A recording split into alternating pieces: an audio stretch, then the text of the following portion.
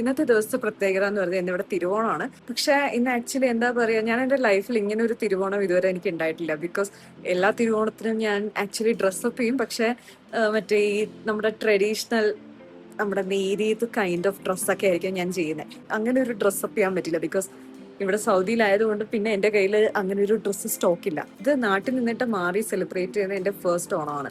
ഇതൊരു ഭയങ്കര ഒരു സെലിബ്രേഷൻ ആയിട്ടൊന്നും നമ്മൾ ചെയ്തിട്ടില്ല. നമ്മളിപ്പോൾ മെയിൻ ആയിട്ടുള്ള കാര്യം എന്ന് പറയുന്നത്, നമ്മളിന്ന് ജസ്റ്റ് എന്താ പറയുക, നമ്മളൊരു സദ്യയൊക്കെ മേടിച്ചു. സോ നമ്മളിന്ന് ജസ്റ്റ് ഒന്ന് ഡ്രസ്സപ്പ് ചെയ്ത് സദ്യ കഴിക്കാനുള്ള പ്ലാനാണ്. അങ്ങനെ സദ്യ കഴിക്കാനായിട്ട് പോവാണ്, സദ്യ വിളമ്പാനായിട്ട് പോവാണ്.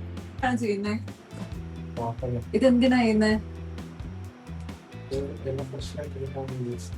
Okay okay. First of all ഒന്ന് ടേബിളിൽ ഒന്ന് സുഫ്ര വിരിക്കാം. ആക്ച്വലി ഇതാകുമ്പോഴത്തേക്കും കുറച്ച് സേഫ് ആണല്ലോ, ലൈക്ക് വെളിയിലൊന്നും ആവാതെ നമുക്ക്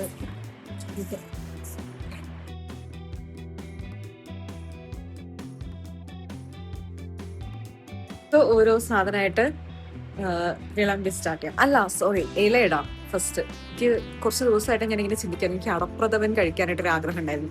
പക്ഷെ ഇവിടെ എവിടെ നിന്നാ അത് മേടിക്കാമെന്നും അറിയത്തില്ല. അപ്പൊ അതിന് നോക്കുമ്പോഴത്തേക്കും കറക്റ്റ് സമയത്താണ് ഓണവും വന്നത്. അപ്പൊ ഞാൻ മനസ്സിൽ വിചാരിച്ചു, ഈ ഒരു ടൈമിൽ വേണമെന്നുണ്ടെങ്കിൽ നമുക്ക് വേണമെങ്കിൽ ഈ അടപ്രഥമനും അതൊക്കെ കഴിക്കാനുള്ള ഒരു ഇതും കൂടെ സെറ്റാക്കാമല്ലോ. സോ ഇന്ന് സദ്യ കഴിക്കുന്നതിന്റെ മെയിൻ ഉദ്ദേശം തന്നെ എനിക്ക് അടപ്രഥമൻ കഴിക്കാൻ വേണ്ടിയിട്ടാണ്. ഓക്കെ, നമ്മൾ അങ്ങനെ ഇല ഇടാണ്. ഇത് കുറച്ച് വലുതായി പോയോ?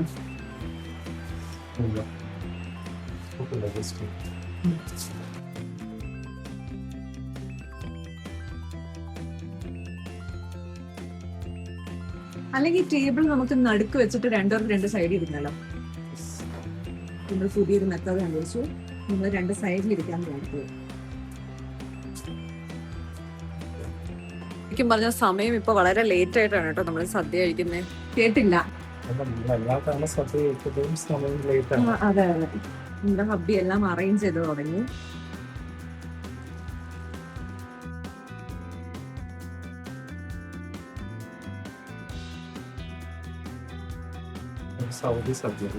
അതെ, ഒരു സൗദി സദ്യ, സൗദി ഓണസദ്യ. തനിക്കറിയോ, ഇതെന്റെ ഫസ്റ്റ് ഓണമാണ് ഔട്ട്സൈഡ് കേരള.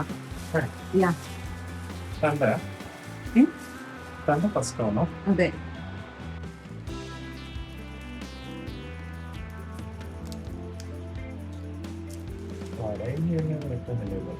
എന്തുവാ? അതെ അതെ.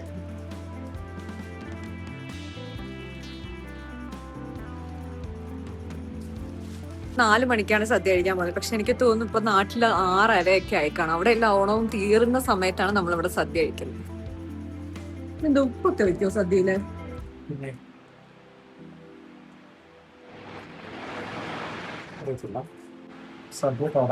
ഉപ്പ് വെച്ചിട്ടാണ് സദ്യ തുടങ്ങുന്നത്. ബൾക്കായിട്ട് ഉണ്ടാക്കുന്നതല്ല, ടേസ്റ്റ് ചെയ്യാൻ കുറവാണെന്നുണ്ടെങ്കിൽ സെറ്റാക്കുന്ന പോലെ. Okay okay.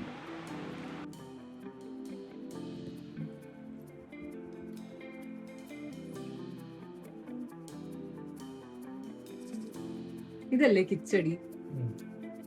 എനിക്ക് കൊണ്ടിട്ട് ഈ രണ്ടെണ്ണം തമ്മിൽ മാറിക്കും, ഈ പച്ചടിയും കിച്ചടിയും.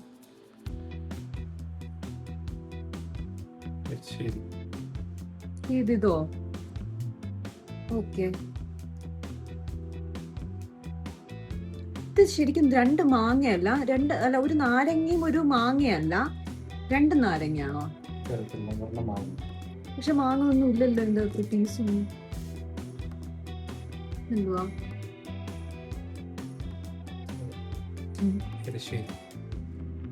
രണ്ടിരിശ്ശേരിയോ? ഓക്കെ. ഇതേത് പായസം? പരിപ്പാന്ന് തോന്നുന്നല്ലേ? കടല മുറിഞ്ഞോ? ഒരു ചെറിയ ആക്സിഡന്റ് സംഭവിച്ചു.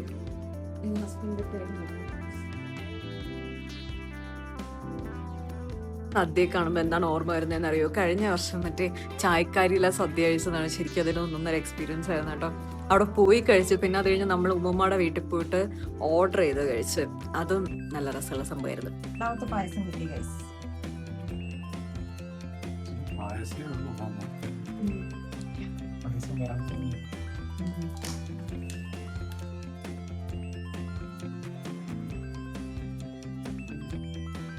എന്തുവാടാ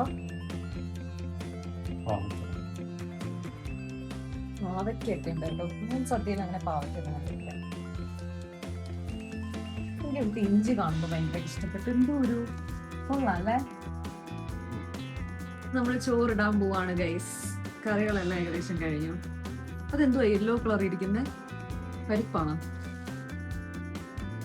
എന്റെ സ്പെഷ്യൽ പായസം നമ്മൾ എക്സ്ട്രാ ഒക്കെ മേടിച്ച് സദ്യ കഴിക്കാനുള്ള ഇന്റൻഷന് കാരണം തന്നെ പായസമാണ്.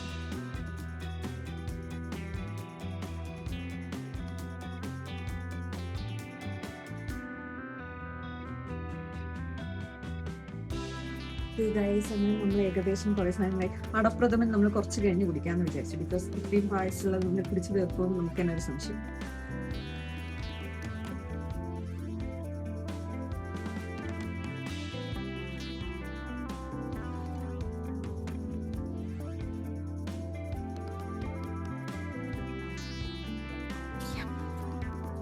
നമുക്ക് ചോറിടാം.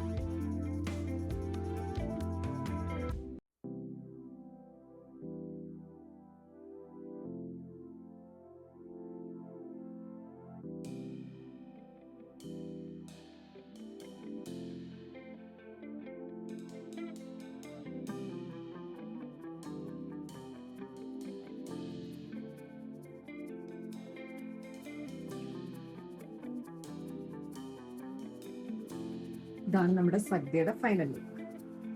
നേരത്തെ